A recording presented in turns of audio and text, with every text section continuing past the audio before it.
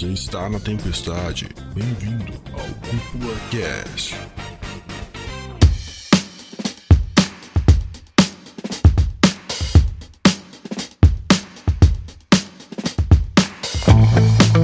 E sejam muito bem-vindos e muito bem-vindas para mais um episódio aqui do Cúpula Cast. Quem fala é o André Gioni. Aqui é o Lucas Dude. E hoje a gente tá aqui pra falar sobre um dos animes mais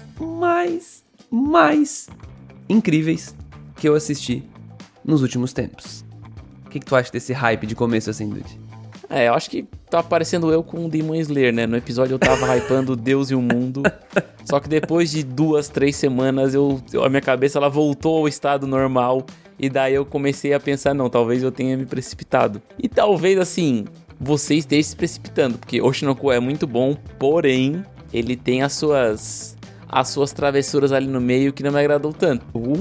Então hoje o cast vai ser quente, então, cara. Eu achei que o negócio ia vir pra ser unilateral aí, mas então vai ter debate. Eu vim pra dar umas pequenas alfinetadas, mas eu não tô aqui pra, desbancar o anime. Porque realmente ele, pra mim, foi um dos grandes carro-chefes da última temporada. Chamou muitas atenções e chamou até a minha e tudo mais, mas assim...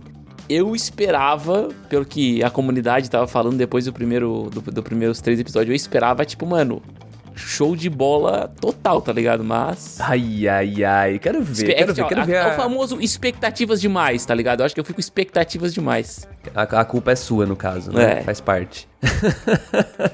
Legal, cara. Então a gente tá aqui hoje pra falar sobre Oshinoko, que não tem um título oficial em inglês ou até mesmo em português.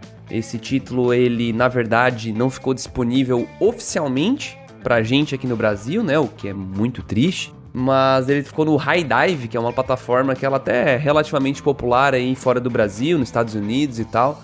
Mas no Brasilzão aqui a gente não tem acesso a essa plataforma de streaming. Então o Oshinoko, infelizmente, ficou aí pra você encontrar em águas mais salgadas, né?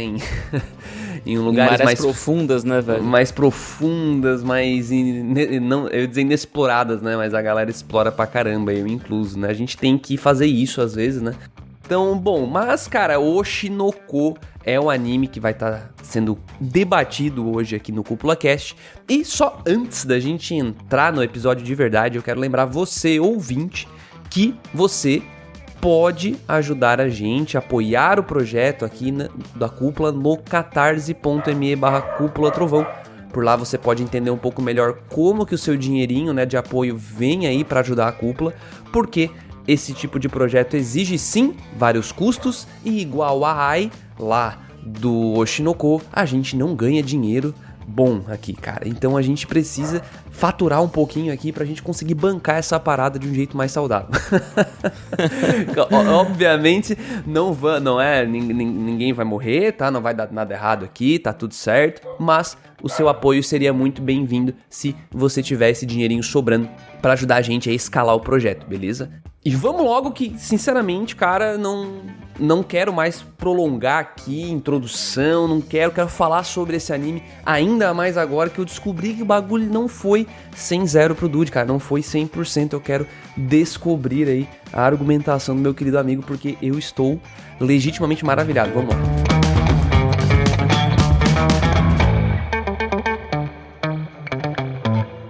Moshi 芸能人の子供に生まれていたらって考えたことはない？容姿やコネクションを生まれた時から持ち合わせていたらって。嘘はとびきりの愛なんだよ。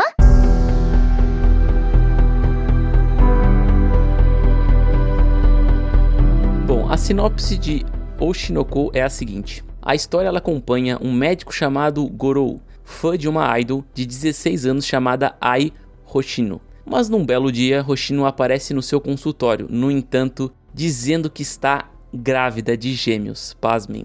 Mas o gerente dela diz que para ela abortar os bebês, mas a idol não quer saber disso. A idol quer ter as crianças, os seus 2 filhos são gerados no hospital e a partir dali começa a história.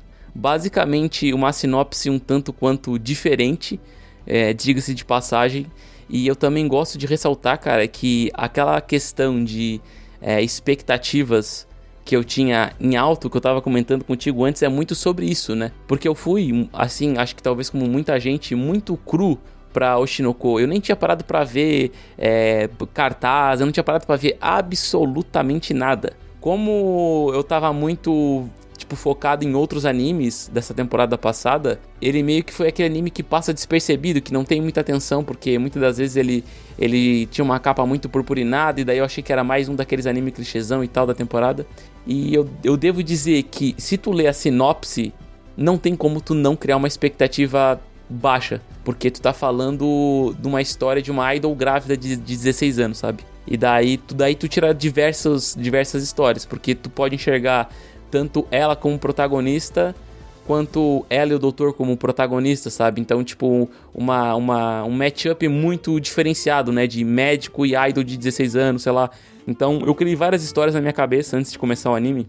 E chega e tu assiste o primeiro episódio, que ele tem 1h30, e tu é surpreendido de novo, né? Então, o meu hype pra continuação, depois desse primeiro episódio, foi algo, absurdo, tá ligado? Eu acho que ele entrega muito nesse começo, e ele realmente põe as tuas expectativas, em comparação com o resto, muito alto, André. E daí eu queria já também saber da tua opinião, do que tu achou desse primeiro contato, né? Porque o meu primeiro contato foi assim, foi literalmente superando todas as expectativas e me hypando ainda mais pra ver todo o resto. Cara, é muito bom tu levantar essa sinopse, porque quando a gente para pra pensar, essa sinopse, ela é super... Ok, esses são os primeiros minutos de Oshinoko, mas não é sobre isso que é Oshinoko, e isso é muito engraçado, sabe? Porque é aquele tipo de anime que, realmente, se tu vai cru, cara, sem saber nada, a experiência é outra.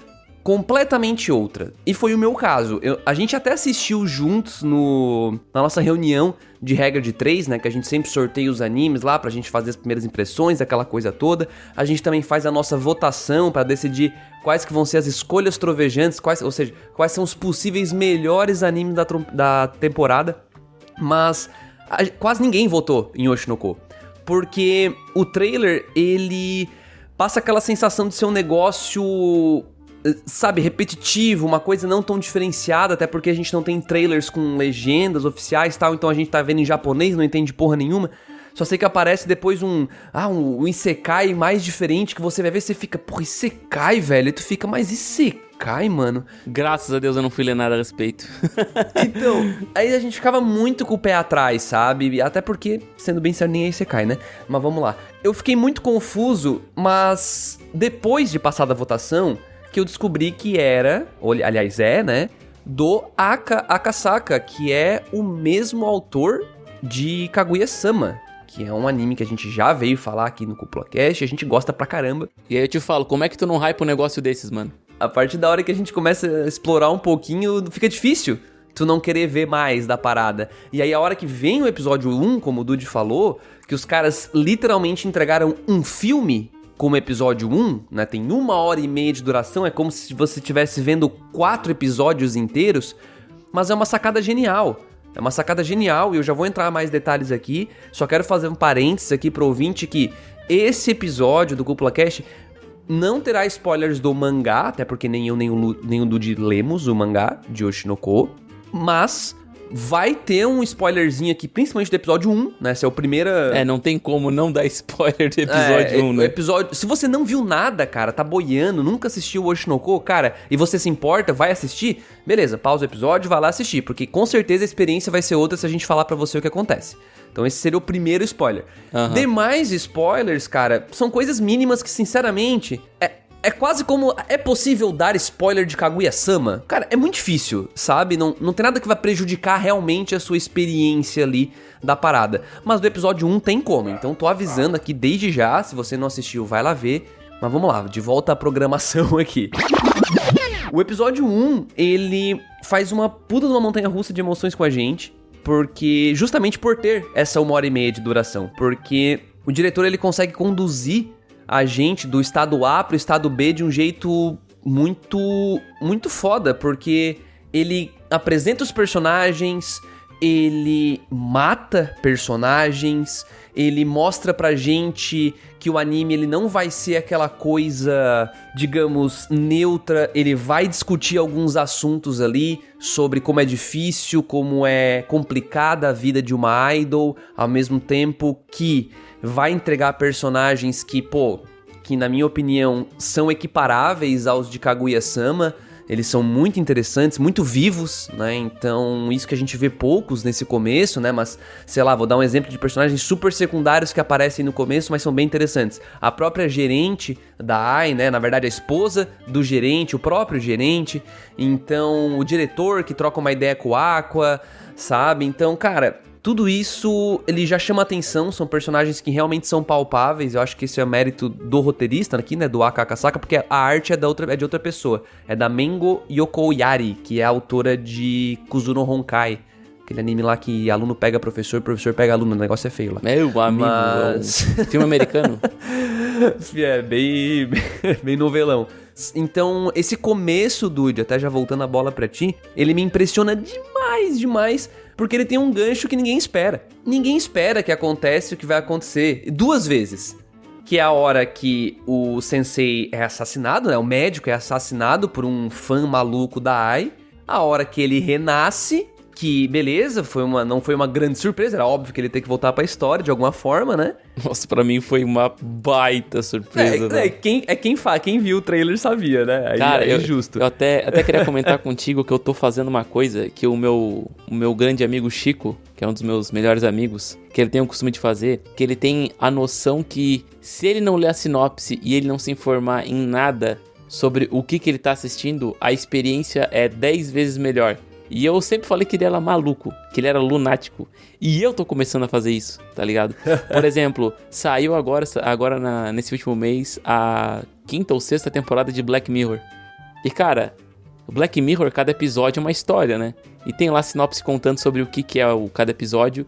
E eu tentei fazer esse teste em seriado de assistir sem me informar sobre nada. E realmente, a experiência melhora 200%. Mas pensa assim, Dude, quando a sinopse é um lixo, tu vai assistir e o negócio é bom, será que a experiência não melhorou 20 vezes? Ao invés de 10 vezes? Pode ser, mas eu acho que quando tu vai assistir sem se informar em nada, é tipo TV interdimensional, tu tá entrando num mundo que tu não sabe absolutamente nada, tu vai ter que descobrir prestando atenção, olhando dos trejeitos, as conversas e pra onde vai essa história. Eu me pergunto até que ponto os caras que escolhem isso, né, o diretor, os caras que criam a parada, eles fazem com essa intenção, eu vou fazer aqui, mas eu gostaria que ninguém lesse a sinopse, sei lá. Tem obras que eu acho que é assim, né? Mas assim, só continuando ali de onde eu tava falando, eu indo com essa experiência de não ter entendido sobre o que realmente era, me trouxe, uma experiência muito única, até porque o primeiro episódio ele tem essa 1h30, só que eu acredito que, isso é uma coisa que eu vou falar ao longo do cast, mas esse primeiro episódio, que foi praticamente um filme, ele foi tão bom, mas tão bom, que na minha visão, nenhum episódio da frente conseguiu se equiparar em questões de sentimento que eu tive nesse episódio, sabe? Eu acho que também tem uma correlação com consequências e cenas dramáticas e cenas impactantes, né, que ao longo da temporada teve, mas eu acredito que o maior choque ele tá ali no começo com a morte da Ai. Mas assim, é muito foda tu ver um personagem ser construído em 1h30, ele tem um impacto bem grande, ele tem uma carisma absurda também, o que faz sentido porque ela é uma idol, ela ter esse lado obscuro dela de idol, tu se interessar por isso e no final tu perde ela, sabe? É um mixed feelings muito forte, cara. É basicamente, te entreguei um personagem muito, muito foda aqui. Olha só como é que é legal, olha como ele é profundo, olha como ele é denso. Aí chega no final e não tem mais, sabe? Meio que tirou o meu brinquedo da minha mão, tá ligado? Pra mim foi isso aí total, assim, porque eu falei que teve 2 momentos, né, que daria o plot twist. É quando ele morre e o segundo é quando ela morre. Porque até aquele ponto, Dude, eu já tinha visto os personagens. Eu já tinha visto que a hora que nasceu os gêmeos, eu já tinha visto fotos do anime, eu sabia, beleza, esses 2 vão crescer. Eles vão crescer e a gente vai continuar acompanhando então a vida deles junto com a Ai, com a mãe, enquanto ela é uma idol. Talvez de certo até mostre, o que acontece com uma idol quando ela fica mais velha? Sim. Eu achei que ia pra esse caminho, até porque O episódio 1, ele te dá ele dá muita clareza que é um anime que ele vai falar sobre, uma história no caso, né, que vai falar sobre a indústria também. Ele vai te ensinar um pouco sobre o backstage ali, né? Beleza, o que tem por trás dessa parada de idol? O que tem por trás? Até mais pra frente, né? A gente já vê programas de TV no geral, filmes, teatro. Ele vai trazendo várias coisinhas legais, mas no episódio 1 ele me deu essa ideia. E aí a hora que acontece a parada da Ai, ele subverteu tanto a minha expectativa e eles usam uma narrativa visual, assim, né? Uma estética muito creepy, assim, um negócio muito... Cara, dá uma agonia do cacete, assim, ver aquela cena. É muito tenso, até porque, cara, se coloca no lugar do próprio sensei, que era um médico, né? Então ele tá ali no corpo de uma criança, não consegue fazer nada, mas ao mesmo tempo, né? Ele sente esse amor de mãe e amor de... Ele era meio que, não apaixonado, né, mas ele era muito fã da Ai, quando ele era o médico, né, então ele tava muito próximo dela, ele tava ali, ele sabia que ela ia morrer, ele não conseguia fazer nada, nos braços dela, sangue, e ele é um adulto, então, né, porque ele não é uma criança, então ele entendia o que tava acontecendo, velho. Então é uma cena muito forte, cara, é uma cena muito forte, e ele realmente faz tu pensar, beleza, o que vai vir daqui pra frente agora, né? Não, concordo plenamente com o que tu falou sobre a indústria, porque eu também achava que ele ia seguir esse caminho de querer discutir sobre a indústria, né? Porque a gente já teve diversos outros animes, como Love Live, enfim, tem... Cara, se tu for procurar anime de idol que dança, ou anime de idol que tem aquelas fanfics, assim, tipo, de histórias perfeitas, tem de monte, né? Mas um anime de idol que ele vai um pouco mais embaixo, né? Sobre toda aquela parada de esforço, de competição entre idols, sub-idols, na verdade, né? Que são aqueles caras que estão tentando deslanchar na carreira, mas não conseguem. Cara, eu vi uma margem gigantesca pra conversar sobre isso e seria perfeito. Eu até tinha achado nesse primeiro episódio que o cara que reencarnou na criança, ele seria aquele típico personagem pro cara mais velho se identificar pra dizer, como se eu fosse filho de uma idol, e a partir disso eu vou ver a história de como é que é uma idol que tem filho. Uma parada assim, sabe? Porque já teve diversos animes que a criança era uma reencarnação de um cara trabalhador mais velho e ele tá inserido no meio e as coisas estão acontecendo em volta dele.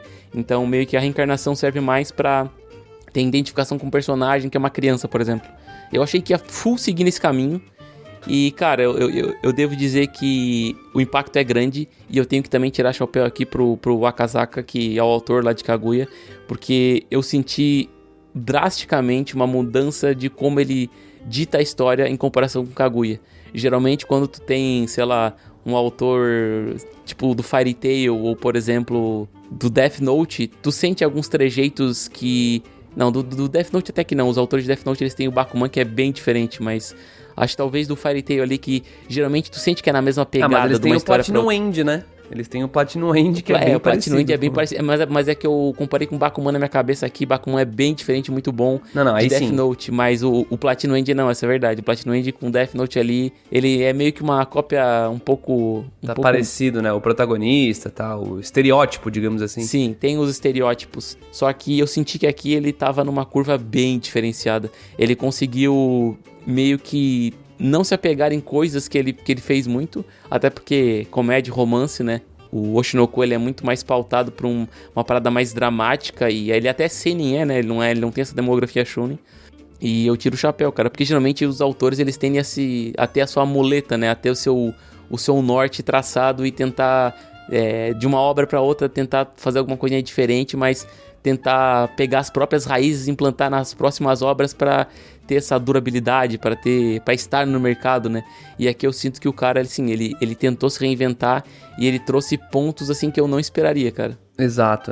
Pra quem não sabe, o mangá de Kaguya ele já encerrou, né? Apesar do anime não ter encerrado ainda. Então, e o próprio mangá da desenhista, né? Da Mengo Yokuyari, que é o Kuzuno Honkai, também já tá encerrado. Então, os dois estão trabalhando juntos agora no Oshinoko. Assim, eu acho muito legal, porque tem entrevistas com o Akasaka e perguntam pra ele, né? Pô, legal, qual é a sua intenção principal, né? Com o Oshinoko, né? O que se queria trazer aqui? Ele queria realmente contar uma história sobre como a indústria, essa indústria do entretenimento ali, né? Realmente, sei lá, judia mesmo dos jovens que estão entrando nela ou estão nela, né? Então, e ele deixa isso bem claro na entrevista, e eu acho isso bem interessante, porque ele, muito sabiamente, quer criticar a indústria. Tudo bem que ele não entra muito no lance do mangá, pelo menos não entrou ainda, né, no anime. Talvez mais pra frente ele vai introduzir personagens que tenham a ver com mangá, né, mangakas e coisa do tipo, e vai falar um pouco sobre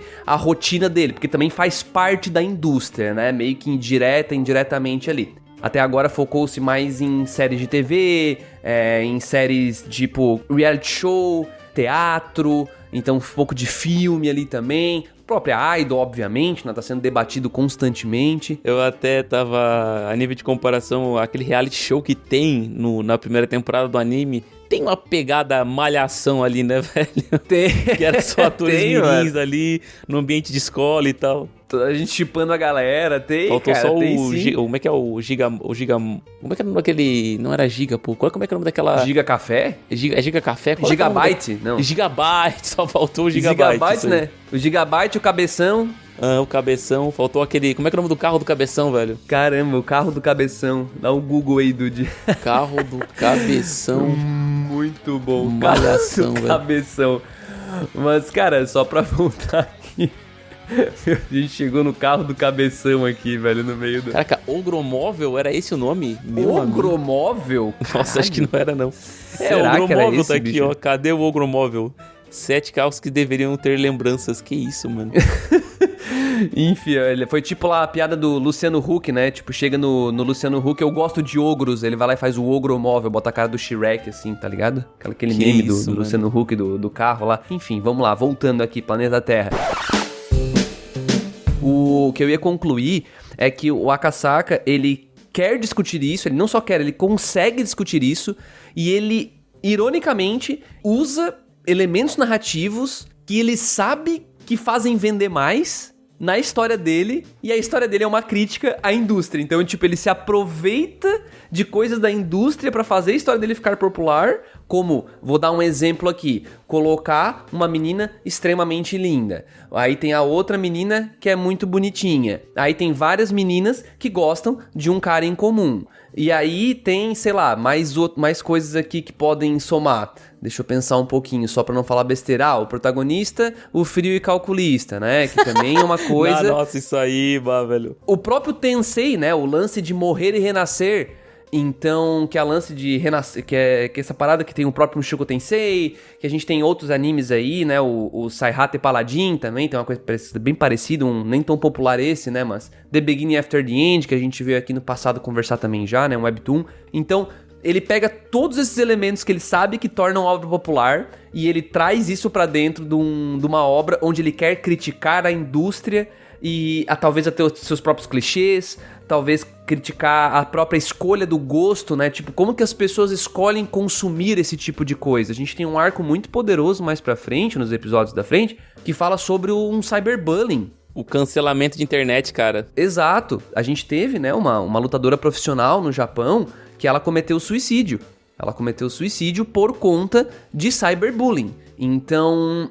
Dizem que tem a ideia dele foi trazer essa história dela pra dentro aqui, né? Do Oshinoko como uma crítica e mostrar que quem tá ali atrás também são seres humanos. Cara, essa super exposição que as pessoas têm é um preço... Eu acho que talvez pra mim seja o preço mais alto a se pagar. A super exposição, ela te deixa num ponto onde tu fica muito vulnerável, sabe? Porque como tu trabalha, como a tua imagem é o teu serviço, qualquer deslize que tu faça, e seres humanos deslizam porque, querendo ou não, a gente não é seres perfeitos. Eu aqui, André, erramos toda semana, cara. Eu acho que o ser humano, ele tá acostumado a errar. Agimos de forma, talvez... tipo, idiota muitas vezes na semana, ou às vezes cometemos erros e magoamos as pessoas. A gente é ser humano, mas quando tu tem essa super exposição, as pessoas elas acham que tem o direito de te cobrar a perfeição, sendo que tu é humano como elas, sabe? E eu acho que isso é uma baita crítica que o anime traz, porque ele traz esse lado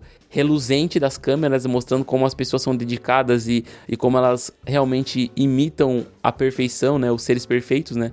A própria Ai ela tipo, imitava tudo, ela imitava não, ela expressava aquilo que ela não sentia, sabe? Ela, tipo, ela fingia muito bem. Ela mentia, teoricamente, né? Ela mentia, é a ideia, né? Na minha concepção, a mentira dela, na verdade, era uma interpretação, tá ligado?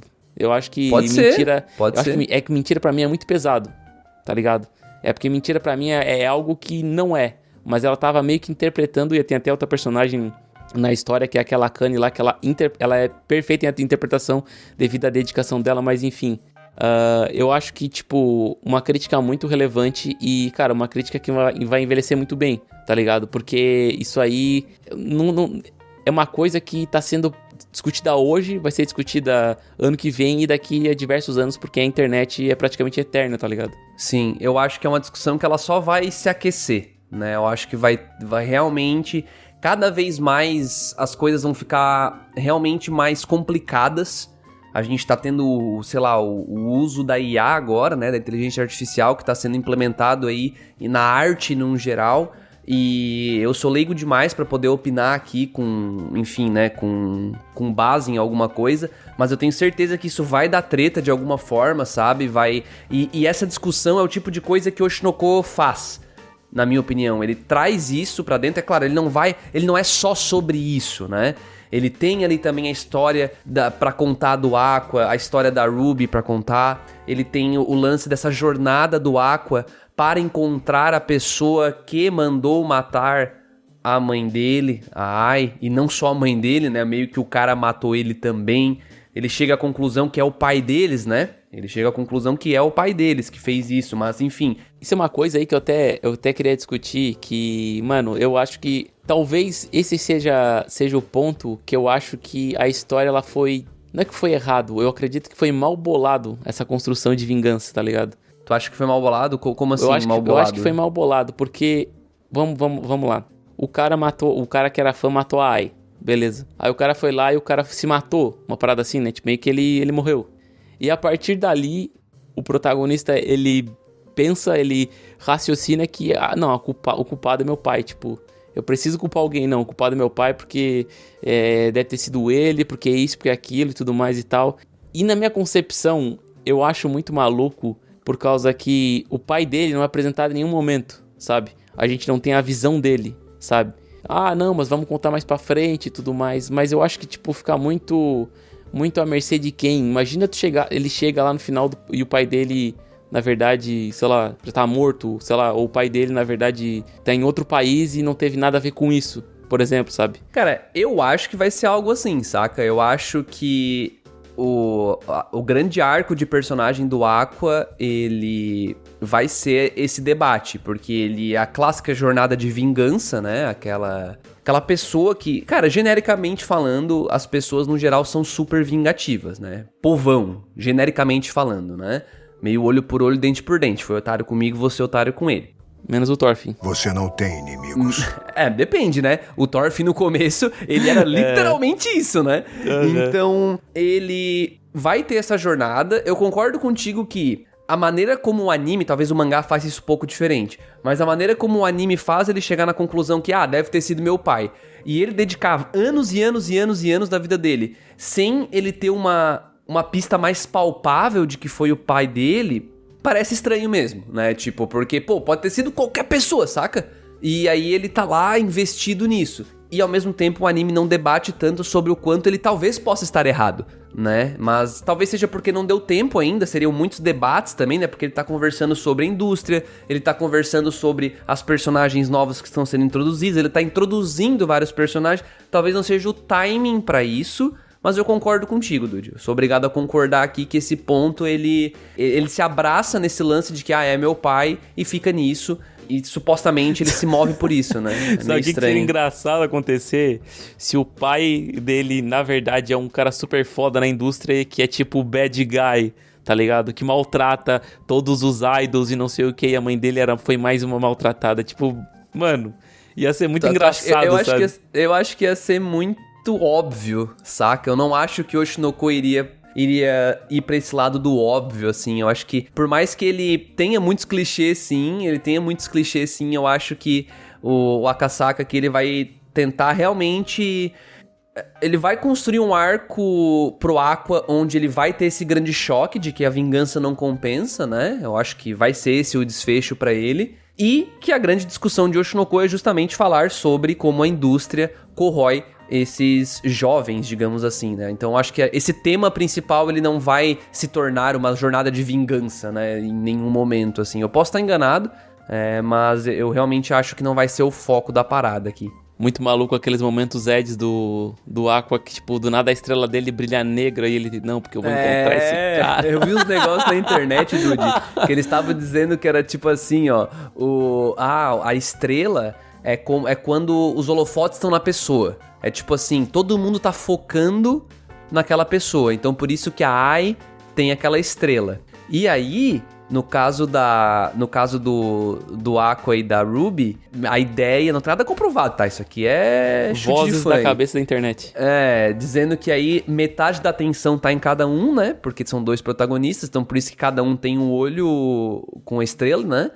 E ao mesmo tempo, quando fica preto, é porque meio que dá a ideia de que não é o holofote, né? Como se ele fosse o vilão, né? Então, tipo, uma parada assim, sabe? Então, enfim, é um detalhe na estética da parada que soma um pouquinho. Eu acho meio, sei lá, eu acho legal também. Eu acho legal, mas não acho, tá, Dude? Vamos lá. Eu gosto desse lance do olho. Por quê? Porque ele me ajuda a lembrar que é um anime. Ele me ajuda a lembrar que, tipo, que é uma parada de ficção, digamos assim, né? Ele me ajuda a lembrar. Então, isso me ajuda a comprar algumas coisas que acontecem, sabe? Porque tem várias coisas, entre aspas, convenientes ali, né? Ou então o Aqua ser super inteligente, sabe? Tipo, nossa, ele tem 500 de QI, o cara, né? Ah, mas o cara é médico, né, mano? Dá uma passada de pano legal, né? Mas Porque, acontece que ele não parecia ser inteligente, entendeu? Tipo, ele parecia ser um médico ok, saca? Tipo, pelo menos na sua vida passada, né? Então por que ele virou um ultra inteligente? Mas enfim, então esse lance da estrela, ele te ajuda a comprar essa parada, porque tu lembra que é uma parada de ficção, entendeu? Então ele te tira um pouquinho do realismo, mas ao mesmo tempo, pra aquela galera que tá olhando, pensando muito no realismo, é um negócio esquisito pra caralho, né? Tipo, as estrelas no olho, os negócios assim, né? Tipo, sei lá. Eu admito que no começo tu estranha um pouco a estética do personagem em si ter uma estrela no olho. E eu acredito que, eu acho que com certeza vai ter função narrativa pra isso aí, cara. Eu acho que ele não deixaria a estrela no olho esquerdo num e no olho direito no outro. Eu acho que a função é a que eu falei agora. Tirando isso, ele não vai usar, eu acho. Eu acredito que, tipo, sei lá, quando talvez no final do arco do... Eu acho que os outros personagens não enxergam aquilo, sacou? Não, com certeza, com certeza. Quem enxerga é a gente, como espectador, é meio que pra gente saca? saber, na verdade, eles são filhos da Ai, é isso, sabe? Tipo, o holofote tá nele, não, agora ele tá malvadão. Pode acontecer o quê? No final do arco do Aqua, ele, tipo, sei lá, vingança nunca é plena, matar uma envenena. Não há nada mais feio do que a vingança. Entende? E daí eu vou seguir o ramo de ator, porque minha mãe falou que talvez eu fosse ser um bom ator, não sei o que, e a estrela dele, em vez de ser negra, fica branca igual a da irmã, tá ligado? Exatamente. Aí sobe a trilha de fundo e todo mundo chora, é isso. Eu consigo ver esse caminho, assim, sabe? Eu acho que, na verdade, é o caminho que... Tudo bem que tem muitas coisas complicadas em Kuzuno Honkai, e a Mengo, ela trabalha ativamente com o Akasaka aqui em Oshinoko. Então, tem muita gente que acredita que, tipo, porque supostamente o Akasaka, ele só tá no roteiro da história, e ela só com a ilustração, né? Só com o desenho. Mas tem muita gente que diz que não acha que é isso. Eles acham que realmente existe um envolvimento ali dela no plot da parada, até por conta de algumas coisas que vêm acontecer no mangá mais pra frente. E no final do dia, temos que ver aí, né, se talvez a gente não veja uma coisa um pouco mais amarga mais pra frente também, né? A gente tá achando que vai ter um caminho aí mais, sei lá, natural, mais light, né? Porque essa primeira temporada ela foi assim, né? Ela tem seus momentos, mas tem os momentos mais pesados. E beleza, eles conseguem reverter algumas situações, né? Mas a gente fica na dúvida. A gente fica na dúvida de, porra, e se acontecesse, né? Como que ia ser daqui pra frente se acontecesse? Porque episódio 1 já aconteceu, né? Deixa a gente meio apreensivo.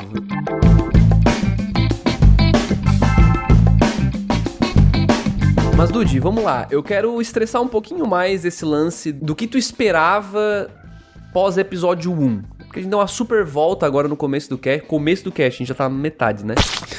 Começo aos 40 minutos. Me conta um pouquinho mais o que tu achou, cara, desse desenrolar, então, a partir do seu episódio 2 ali, porque eu concordo contigo que existe, né, essa criação de expectativa, e eu queria te ouvir mais, porque pra mim, aqui já dando meus 2 pila, pra mim, realmente, não tem como bater a montanha-russa de emoção ali que o episódio 1 faz. Porém, entretanto, todavia, o restante do anime em si, pra mim, é muito mais interessante e deixa muito mais... faz eu querer muito mais daquilo do que o próprio episódio 1. Então eu gosto mais daquilo... É claro que é um todo, não dá pra analisar uma coisa separada da outra. Mas eu fiquei com a expectativa super atendida. Era o anime que eu mais esperava toda semana para ver. Sem sacanagem. Por conta de várias das coisas que a gente falou aqui até agora.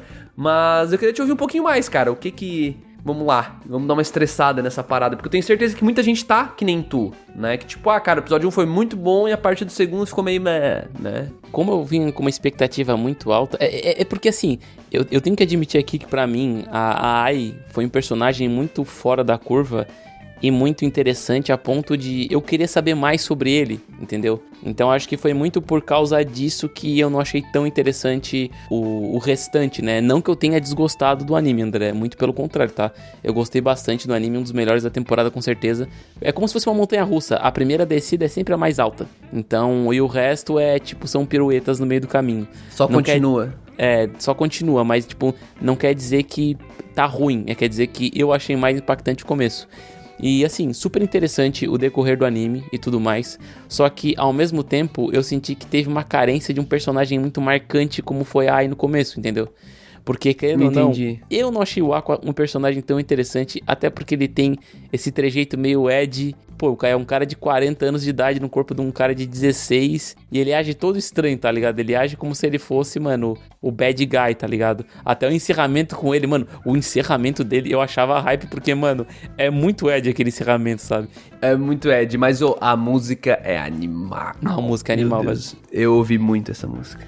Eu acredito que o que sustentou muito, na minha concepção, o decorrer dos outros episódios foi muito a interação da Ruby com as outras garotas e essa parada de elas quererem fazer um grupo de idol. Porque é interessante esse começo, essa junção, entendeu? Eu acho que foi uma construção até palpada muito para o real, até porque não foi um estrondo, sabe? Eu achei que por ela ser filha da Ai, ela ia se destacar absurdamente e já na primeira temporada teria sucesso, por exemplo, né? Eu já tava esperando isso. Um negócio meio milagroso, assim. Né? O start milagroso que no final ela ia mostrar mais da indústria, já que ela subiu muito rápido na carreira. E daí, tipo, como ela subiu muito rápido, a gente fica feliz e do nada aparecem os desafios e a gente vai, tipo, meio que, nossa, caralho, que frustrante esse momento e tal e tudo mais. Mas foi um começo, assim, tipo, muito, muito legal.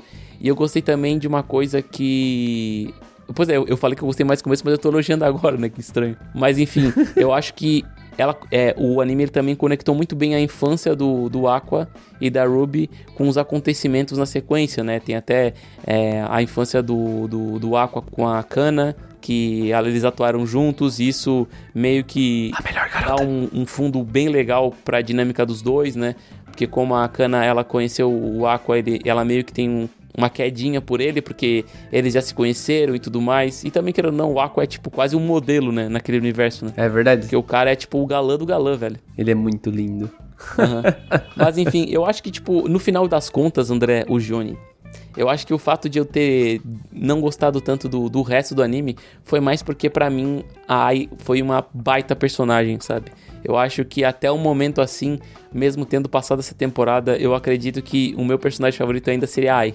Porque o pouco que ela apareceu em tela, ela me entregou muita coisa e, tipo, foram coisas... E ela também teve um final muito, tipo, marcante, né? Então, entre todos os personagens, a Kana, a Ruby, o Aqua, até a Akane que passou por aquele episódio de bullying, eu acredito que nenhum me entregou tanta emoção quanto a Ai. Então eu acredito que esse é o principal motivo de eu ter gostado do começo. Mas não desmerecendo o resto inteiro. Não, é perfeito.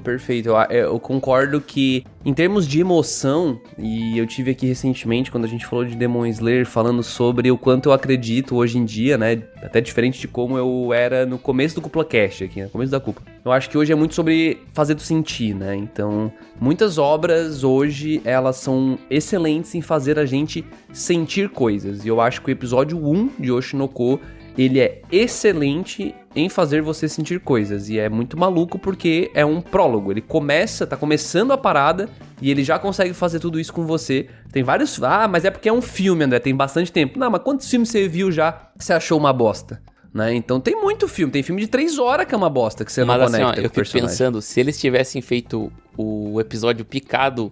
Eu acho que esse anime, ele tinha dado uma morrida, velho, no começo. Morrida? Com certeza. Bah, cara, o primeiro e segundo episódio ali, todo mundo ia dizer, mais ou menos. É sábio, assim. Cara, foi assim, ó, foi uma sacada muito boa deles, porque dessa forma, até quando eu escrevi a regra de 3 de Oshi no Ko, e pra mim, cara, isso aí foi o que mais brilhou mesmo, porque... Isso mostrou do que eles são capazes, assim. Cara, tá vendo essa montanha-russa de emoção que eu fiz com você no episódio 1? Eu vou fazer isso ao longo do anime. Eu tenho a capacidade de fazer isso durante o anime. Então, não tem como a pessoa não querer pelo menos continuar e ver o segundo e talvez o terceiro episódio. Não tem como. Talvez a pessoa não curta muito. Talvez, mas é que, se eu entendi bem, na verdade, não é que tu não gostou do restante, é que tu só achou o começo melhor. Uhum. Né? Então... O pote de ouro pra mim tava no começo do arco-íris, né, no final. Pois é. Pois é, pra mim, ele tá tendo vários potes de ouro, assim, ao longo do arco-íris, mas tudo bem. E eu gosto muito, cara, de poder realmente dar o mérito da direção aqui, porque... Direção, produção, enfim, quem decidiu que seria um episódio de 1h30, porque isso, cara, mostra todo o potencial da parada. Isso também mostra que os caras entendem, mais uma vez, né? Então, olha, não é uma... Tem um nome pra essa parada. Não sei se é metalinguagem que fala. Me corrijam aqui nos comentários do YouTube ou até mesmo no Spotify aí, tá, gente? Mais uma vez mostra o entendimento deles do que eles estão fazendo. Então, o entendimento sobre a indústria, o entendimento sobre consumo desse tipo de coisa. E ele vai falar sobre isso na história. Ele vai falar sobre consumir e sobre a indústria. E eles aplicam isso no anime deles, que é sobre isso, saca? Então, isso mostra que os caras sabem do que eles estão falando. Então, isso te deixa mais intrigado ainda a continuar a investir o teu tempo naquela história. Porque tu sabe que tem muita chance de eles não errar. Pô, já tem o contexto também do cara ser o autor de Kaguya-sama, que cá entre nós, eu não conheço ninguém que não gosta de Kaguya-sama, saca? É difícil, cara. É difícil. Pois é. Então, cara, assim, muitos votos de confiança, né? Fora toda a discussão que é feita, porque a gente pincelou algumas aqui, né? Mas tem várias coisas que são discutidas ali. Por exemplo, imagina assim, você sendo um cara ou uma pessoa, né? Você sendo uma pessoa famosa assistindo Oshi no Ko.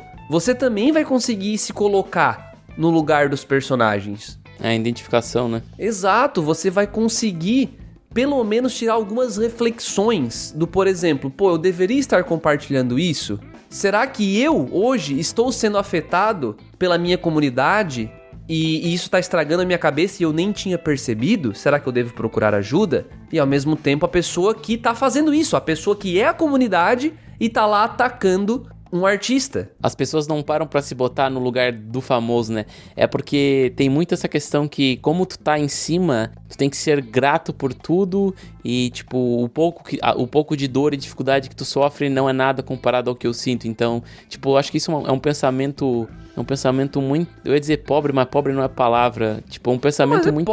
Pobre é bom. Pobre porque... É porque, tipo assim, eu não quero dizer que a pessoa é pobre, tipo...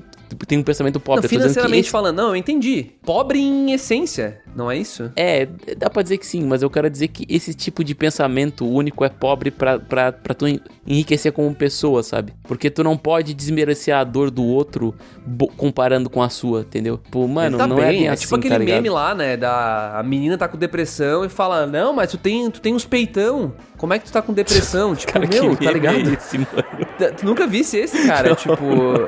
É uns memes de uns caras comentando, tipo, no story das meninas, tipo, um negócio assim, ou no Twitter, né?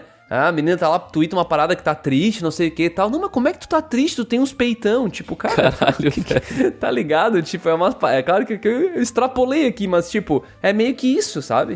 Mas eu acho legal que põe até as pessoas para pensarem a respeito disso. Por causa que, querendo ou não, tu tem que se colocar sempre na visão do outro, sabe? Depois até que eu e tu, a gente começou a criar conteúdo, eu mudei muito dos meus comportamentos na internet. Como, por exemplo, eu tinha muito costume antes de só assistir as coisas e não comentar. Hoje em dia eu comento muito mais, tá ligado? Eu interajo muito mais. Não se inscrever, negócio assim, exatamente. Né? Quando tu tá no outro lado, tu entende a parada. As pessoas são muito mais humanas do que tu acredita. Cara, o cara que tu assiste, que tu acha que o cara é a perfeição absoluta, mano, o cara almoça a comida igual a ti, ele respira o mesmo ar que você, ele dorme no mesmo... Às vezes até dorme um pouco menos, mas eles dormem numa cama também, tipo... Eles são pessoas normais, sabe? Então, eles se chateiam, entendeu? E quando tu tem toda essa exposição ainda que eles têm, eles estão muito mais sujeitos a críticas. E como todo ser humano, a gente é impactado por mais forte que a gente seja, a gente é impactado por diversas críticas assim, né?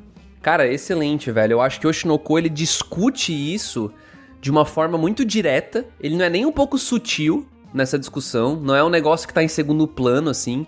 Tá totalmente no primeiro plano. E eu gosto de assistir essas obras que fazem a gente refletir e ao mesmo tempo estão contando uma história, sabe? Porque nem por isso o anime vira só um anime filosófico. Um anime que discute coisas o tempo inteiro e você tá assistindo ele só pra se sentir o cabeçudo do rolê, né? Não, não é isso. Ele também tem isso, está ali, tá muito na cara. É óbvio a discussão, né? Eles literalmente discutem sobre isso, né? Ao mesmo tempo, eles estão te entregando personagens interessantes. É no termo técnico, é uma história guiada por personagens, né? Acho que é Character Driven Story, que é o termo em inglês. De fato, a trama, quem é que matou a Ai?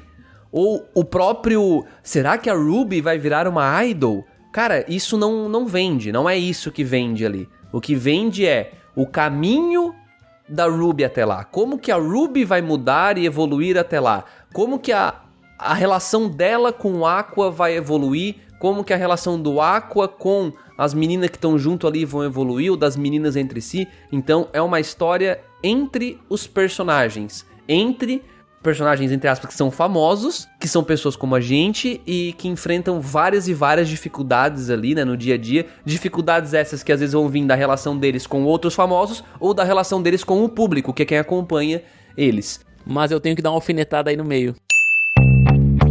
Eu tenho que dar uma alfinetada aí no meio. Qual é a alfinetada? A alfinetada é a seguinte. Até me mudei de lugar aqui na cadeira. Velho, 1 hora vai ser falado na reencarnação, acho que entre os dois. Acho que isso aí é meio inevitável.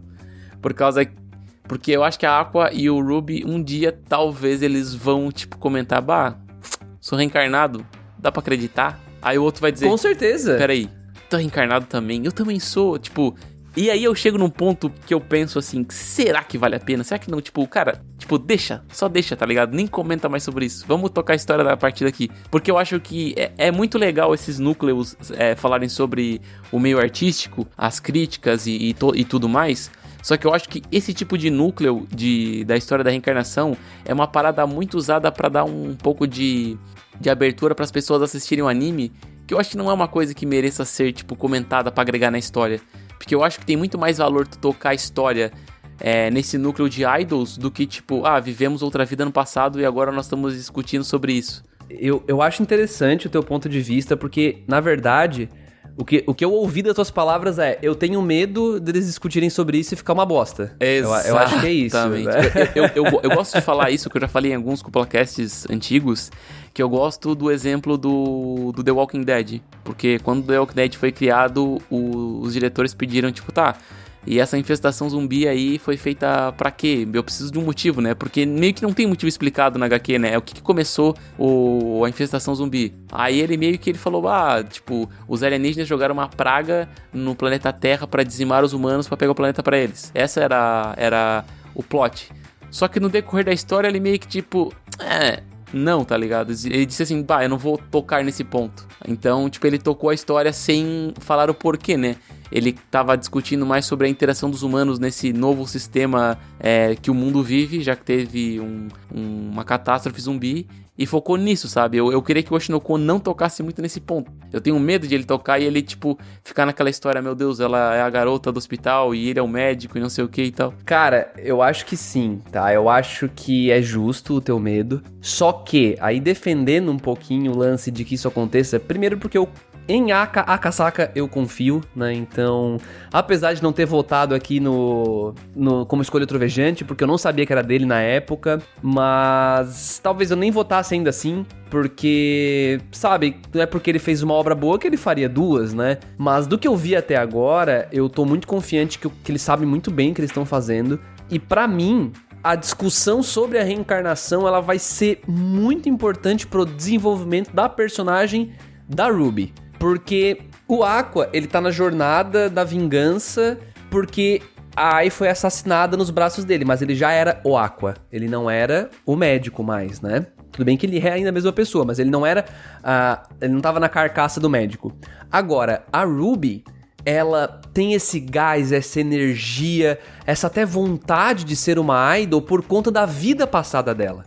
Então, pra fechar o arco de personagem dela, de alguma forma eles vão ter que dar um foco nisso. E aí entra uma parada que eu acho que é um ponto delicado e eu tenho muito mais medo disso do que o próprio lance de falar sobre a reencarnação, que é o fato de que quando ela era a menina ainda, né, a menina que tinha uma doença e morreu cedo, que o sensei cuidava, né, o meu medo é como eles vão trabalhar essa parada, porque ela era apaixonada por ele, né. Então, se rolar esse assunto da reencarnação, o meu único medo é esse. Vai ser o quê? Vai ser incesto, porra? O que vai acontecer ali, né? Eu admito que eu tô até um pouco curioso agora pra saber, né? Mas eu acredito, eu confio nele, cara. O Kaguya-sama é muito bom, velho. O cara sabe onde ele tá pisando. Ele sabe onde ele tá colocando os ovos, sabe? Eu acho que ele não... Eu espero que sim, mas a gente tem o Kuzuno Honkai ali no meio, né? A autora. Então eu não sei quanto que ela tem de opinião aí no meio da parada, quanto de influência ela não tem. De qualquer maneira, eu acho que vai ser importante para o desenvolvimento do arco da Ruby, então acho que isso vai voltar, Dude, pro teu medo aí, né? Isso vai voltar, mas vamos confiar que o bagulho vai ser bem feito.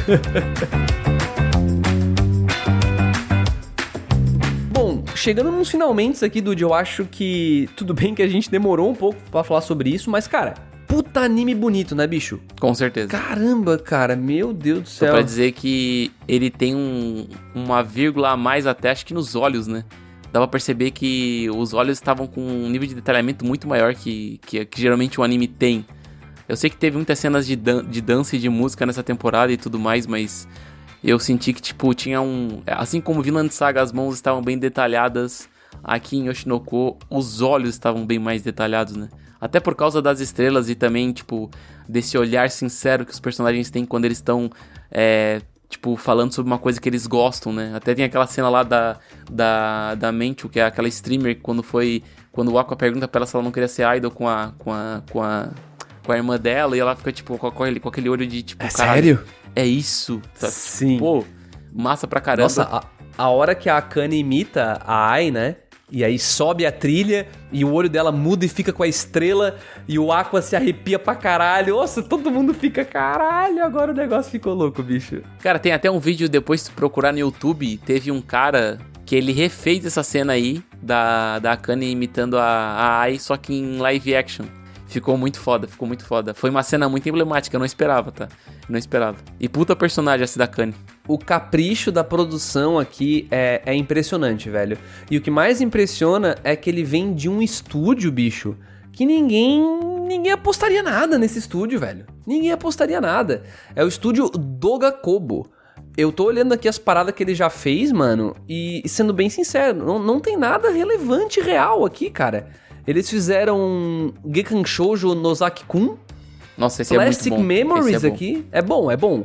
Mas não tem nada assim que realmente é popular, é famoso, sabe? Não tem. Eles têm muito anime com várias meninas e alguns animes de idol. Então talvez tenha a ver com isso. Mas o próprio diretor, ele já dirigiu alguns animes que são de idol ou envolve esse plot com meninas e tal, né? Então, cara, isso talvez me diga que, olha, eles escolheram a dedo o estúdio, tá ligado? Tipo, pô, um estúdio que já tem experiência com isso, só porque vai ser uma coisa subvertendo o gênero, saca? Tipo, então, ó, sabe o que vocês estão acostumados a fazer? Sei, legal, vai ter cena que vocês vão ter que fazer exatamente daquela forma. Só que ao mesmo tempo, vocês vão ter que contar um negócio diferente. Vocês vão ter que falar o behind the scenes aqui, né? O por trás das cenas, o que vai acontecer aqui, né? O background e tal. Então, cara, eu acho isso bem legal. Talvez tenha sido, eu tô só teorizando aqui, né? Eu não sei, porque pra mim o estúdio Dogakobo, ele trouxe um nível de produção aqui muito acima da média que ele entregava nos outros animes dele. E tu sabe o que eu acho? Muito acima. Sabe o que eu acho? Eu acho que esse Dogakobo, ele vai ficar conhecido agora como o estúdio do Oshinoko, como geralmente os outros animes têm o Witch Studio, o estúdio que fez o Shingeki no começo. Aí nós vamos ter, Dogakobo, o estúdio que fez o Oshinoko. Sim, vai cara. Ser mais ou menos isso. E assim, se tu parar pra pensar, Dude, ainda, outras coisas que são interessantes. A própria voice actor, né, a própria seiyuu da Ai, que é a personagem que morre no episódio 1, ela é a mais famosa. Ela é a mais famosa. Então, tipo, pensa, do ponto de vista... Vamos lá, do ponto de vista... Vou chamar a mais famosa pra fazer um episódio? Pô, posso até pagar mais barato. Mas até faz sentido com o fato da Ai ser a grande idol da parada, saca? Tipo, então, pô, vamos trazer a voz mais famosa pra ser a voz da moça mais famosa. Então...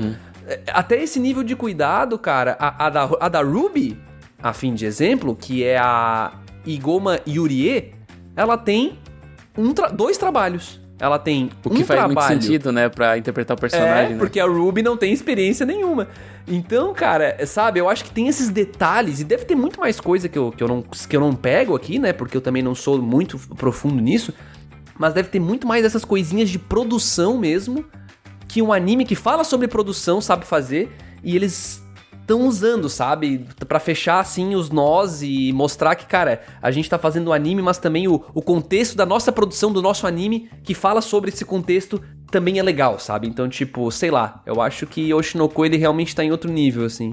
E eu tava dando uma olhada aqui agora, enquanto você tava falando nessa Ari, que é a dubladora da Ai. Pô, ela fez a Megumin do Konosuba e, cara, são personagens com personalidades, tipo, totalmente diferentes. Eu que geralmente tenho essa parada de identificar as vozes, né? Eu tenho uma facilidade de, pô, parece a voz de tal personagem. Eu não consegui enxergar Megumin alguma na Ai, de tão profissional que foi o trabalho de atuação dela, cara. Tipo, impressionante, cara. Impressionante. Sim. Não, cara, é realmente uma parada que me chamou a atenção, assim, quando eu parei pra ir um pouquinho, cavar um pouquinho, né, eu não cavei tanto, assim, como eu falei, eu tenho certeza que tem mais aí, deve ter gente que é apaixonada pela parada e pode somar pra discussão aí no YouTube, né, aproveitando aqui, fazendo essa chamada, a gente comentou antes, né, ó, quando a gente não produzia conteúdo, a gente viu que era importante, a gente vai lá, comenta, a gente dá like nas coisas, então se você tá aqui, né, vai lá, comenta, deixa um likezinho, se inscreve no canal e aproveita e responde isso, né, cara? Você tem alguma coisa mais, alguma curiosidade, alguma coisa assim pra trazer sobre o Oshinoko? Eu tô gostando, cara, eu tô indo a fundo aqui, então traz pra nós aí que eu tô gostando demais dessa parada. Tô pensando até em ler o mangá, tá, Dude? Falando bem sincero. Não, eu acho que eu vou ler o mangá, porque eu tô realmente curioso pra saber. Vou ler.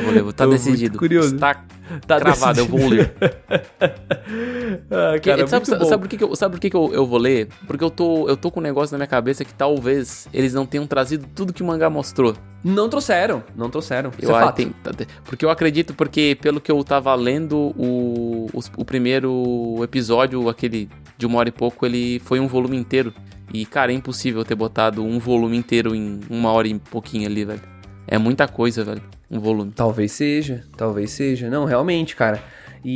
Mas é batata, né? Tipo, sempre o original vai ter um pouquinho mais de coisa, né? São raras as produções de anime que conseguem adicionar coisas, né? São raras. Elas conseguem, às vezes, pegar a parada, cortar coisas que eram desnecessárias. Isso consegue, às vezes, mas geralmente ter mais conteúdo é difícil. Eu fico pensando que algumas críticas e algumas comparações que ele fez com o mundo real, tão bem apresentadas no anime, talvez elas estejam expostas de uma maneira mais densa ou mais trabalhada no mangá, tá ligado? Então acho que é uma parada interessante a se ver, né? Então, até porque o jeito de consumir é diferente, né? No anime, se tu pega um diálogo muito complexo, o diálogo passa, bicho. Se o espectador ficou confuso, tu perdeu ele. Exatamente. No mangá, não. No mangá, se não entende, o que ele faz? Ele lê de novo. Exatamente. Porque tá na página, tá parado aqui, ó, é só eu ler. Então, o jeito de consumir é diferente, então talvez o jeito de transmitir a informação também é levado em consideração, aí o anime talvez amenize as coisas e tal, e porque tem várias palestrinhas, né? Tem hora que, principalmente a Ari Makana ali, né? Às vezes ela, como é entendedora da indústria, às vezes ela dá uns discursos, assim, explicando por que A funciona assim, por que B funciona assado, e a gente como espectador até tenta acompanhar, mas assim, tem hora que não dá pra pegar 100%, cara. O cara tem que se esforçar um pouquinho mesmo pra entender tudo que ela tá falando ali, sabe? Realmente ligar todos os pontos, botar todos os pingos no i. Mas é outro mérito do anime, na minha opinião, sabe? Tipo, esse lance de falar sobre a indústria, te ensinar alguma coisa. Eu gosto de assistir uma parada e sair sentindo que eu aprendi uma parada. E principalmente, né? Eu gosto desse negócio do... Olha, não é bem assim. Né? Tipo esse... você sabe lá as idols lá? Parece que elas são ricas, né? Isso mas olha só. Não é bem assim. Eu gosto dessa parada. Eu gosto quando as obras trazem isso. Eu lembro quando eu assisti Shirobako no passado... E eles têm essa pegada também. Você gosta de produção de anime, né? Você acha legal, legal. Mas olha só, isso aqui que tá por trás, ó. Então existe isso aqui. Cara, Shirobako é um baita de um anime, né, velho? Um baita de um anime. Inclusive, acho que tem gente aqui que participou do Shirobako. Não lembro se foi o diretor ou o estúdio. Não, estúdio não. Enfim, alguém aqui participou da parada. Mas é isso, cara. Eu acho que de Oshinoko, assim, Dude, pra gente finalizar, assim, conclusões finais, pra matar... Pro ouvinte que ouviu até agora e não assistiu. Não, pelo amor de Deus, se o cara tá aqui e o cara não assistiu, o cara é um maluco da cabeça, que o cara deve ter tomado de spoiler aqui no meio do caminho. Mas dá pra assistir ainda, né? Tu diz. Não, acho que dá porque tem muitas coisas que a gente não falou, a gente não entrou tão a fundo, por exemplo, no Círculo da Kana, sobre o drama dela no meio do anime, que teve várias reviravoltas, a junção dela com a própria o grupo Akane, de idol, né? da Ruby, sim. Cara, eu acho que Akane, que tem um arco incrível. Sim, porra. Sim. E eu diria que, cara, tem muitos pontos que a gente não entrou muito a fundo. E também mostra como é riquíssimo o Oshinoko e como ele tem diversos núcleos e várias histórias para trabalhar, né? Eu acredito que cada personagem apresentado ele tem o seu drama e vai do autor, né? Do nosso querido Akatsuki? Não, Akatsuki não. Que?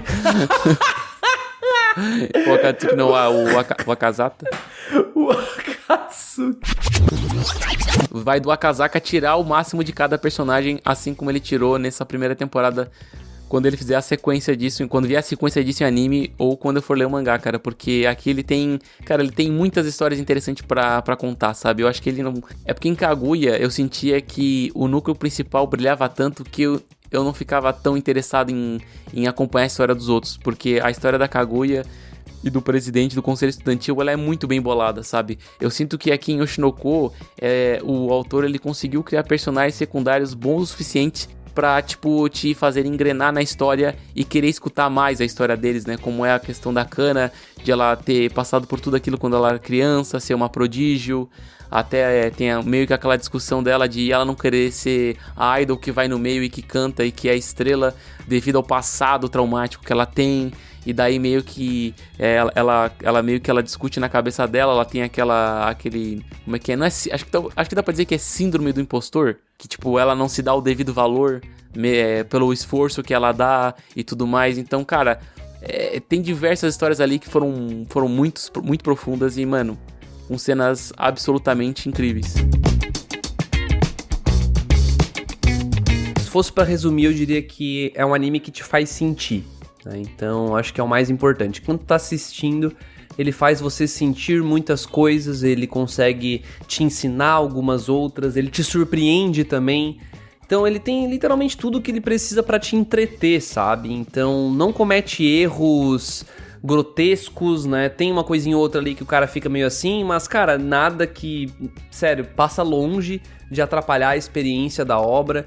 É tudo muito lindo também, então... Sério, é uma animação maravilhosa, a opening e a ending são maravilhosas também, então isso te prepara muito bem pro anime. A opening fala sobre a Ai e sobre como ela é, né, uma idol baseada na mentira e como ela queria, né, acreditar nas coisas, e o anime é sobre isso também, né, a própria Ai, ela mentia que amava os fãs, mas é porque ela queria amar de verdade, ela queria. mas ela não conseguia, mas fazia parte do trabalho. Eu tirei um pensamento dessa cena aí, que pra mim acho que foi... É que a pergunta relâmpago desse episódio seria qual foi a cena mais impactante nessa primeira temporada de Oshinoko, porque pra mim foi justamente essa cena onde a Ai fala nos seus últimos segundos de vida que amava os filhos dela, porque ela tava tão entregue em ser uma idol, ela tava tão entregue na mentira, que ela meio que ela se perdeu no personagem, porque ela tava tanto tempo interpretando essa idol, que talvez ela não acreditasse que ela amasse os filhos, tá ligado? Que talvez fosse fake, assim como ela era todo o sentimento. Não sabia se era amor de verdade? Não é saber se era amor de verdade, assim como tudo que ela fazia, né? Porque ela meio que vestia um personagem pra poder ser quem ela era em cima dos palcos, sabe? E eu acho que isso é uma coisa que é até comentada, eu já vi alguns streamers comentando a respeito, que tu não consegue manter um personagem na câmera por muito tempo, sabe? Isso meio que ele vai te quebrando aos poucos. E eu acho que seria e pode ser até um bom tema pra se debater nas próximas temporadas, cara. E eu acho que, mano, incrível essa cena pra mim, muito emblemática, porque ela meio que traz à tona tudo aquilo que a gente não tinha visto da Ai, que era tipo amor pelos filhos e tudo mais, e ver que ela tinha sentimento por eles, e de que como ela tava entregue pra aquilo de ser idol, que ela chegou até a se perder nos próprios pensamentos, sabe? E conecta com a própria mensagem não, mas com uma das discussões principais da obra, que é, afinal, tudo que é encenado, tudo que é um teatro, e até que ponto aquilo é só teatro, ou até que ponto aquilo faz parte de você mesmo, sabe? Uhum. E isso é muito verdade, isso, porque tem uma TED Talk que eu gosto muito, que é da Amy Cuddy, que ela fala sobre não só como, porque é ditado popular, né? O seu cérebro molda a sua linguagem corporal, né? Então, como que você se comporta em termos de, sei lá, como tu vai, a tua postura mesmo, esse tipo de coisa. Porém, ela prova cientificamente, com pesquisas e tal, quem quer entender um pouquinho mais a fundo, dá uma pesquisadinha. Amy Cuddy, né? Amy Cuddy, escreve assim, TED Talk, bem legal. E aí ela mostra que a linguagem corporal também molda o nosso cérebro. Não é só o nosso cérebro que molda a nossa linguagem corporal, o nosso corpo, né? Então o nosso corpo também molda o cérebro, biologicamente falando, sabe? Em termos de produção hormonal e coisa do tipo.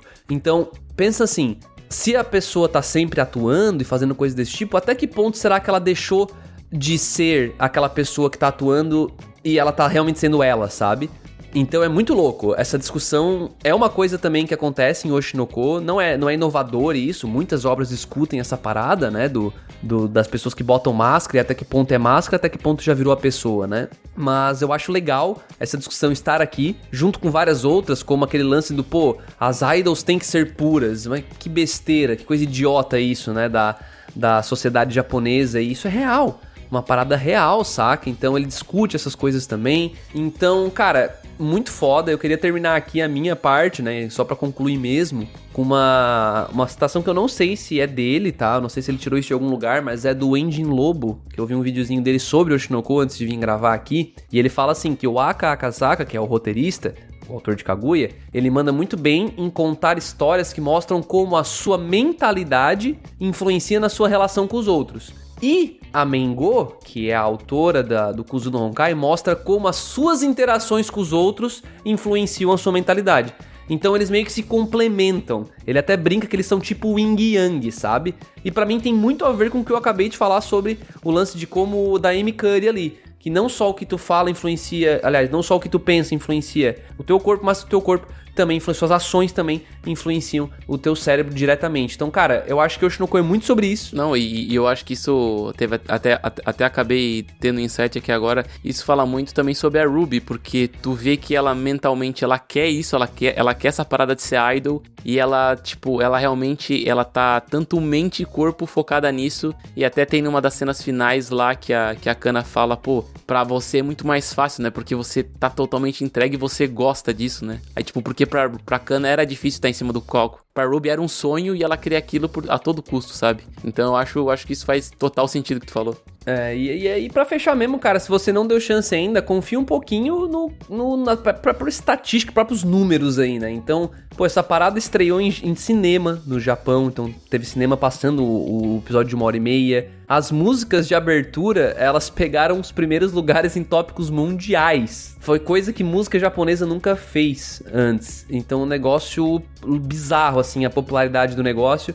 Saiu em portais até que não tem nada a ver com anime aqui no Brasil. Saiu no Terra, sabe? Tipo, nada a ver. E ainda duplicou o número de vendas dos mangás, né? Então, cara, assim, ó, vai na fé. Certamente é um anime que vai valer a pena você assistir. Você pode talvez não ter gostado tanto quanto eu, você fique mais no nível do Dude ali, mas eu acho improvável que você não goste da parada, sabe? Então, no mínimo alguma reflexão você vai tirar, sabe? Você vai entender um pouquinho mais sobre o mercado ali, sobre a indústria, você vai gostar dos personagens, mas eu apostaria que você vai gostar, então vale a pena demais, vale a pena demais. É isso então. Responde lá e comenta, né? Comenta no YouTube e no Spotify a perguntinha relâmpago de qual foi a sua cena da temporada de Oshinoko, qual foi a cena que você mais gostou, comenta lá, fala e também diga o porquê, né? Que a gente vai ler os comentários no episódio de comentários no final do mês, então deixa lá o seu comentáriozinho. Os melhores concorrem ao nosso sorteio mensalzinho de mangás e produtinhos, então, cara, comenta, capricha, que vale a pena. É isso aí, muito obrigado pra quem ouviu até aqui. Um grande beijo no coração de vocês aí. Falou! Um beijo de verdade, tá? Não é de mentira. Eu amo vocês. Será que amo de verdade? Eita.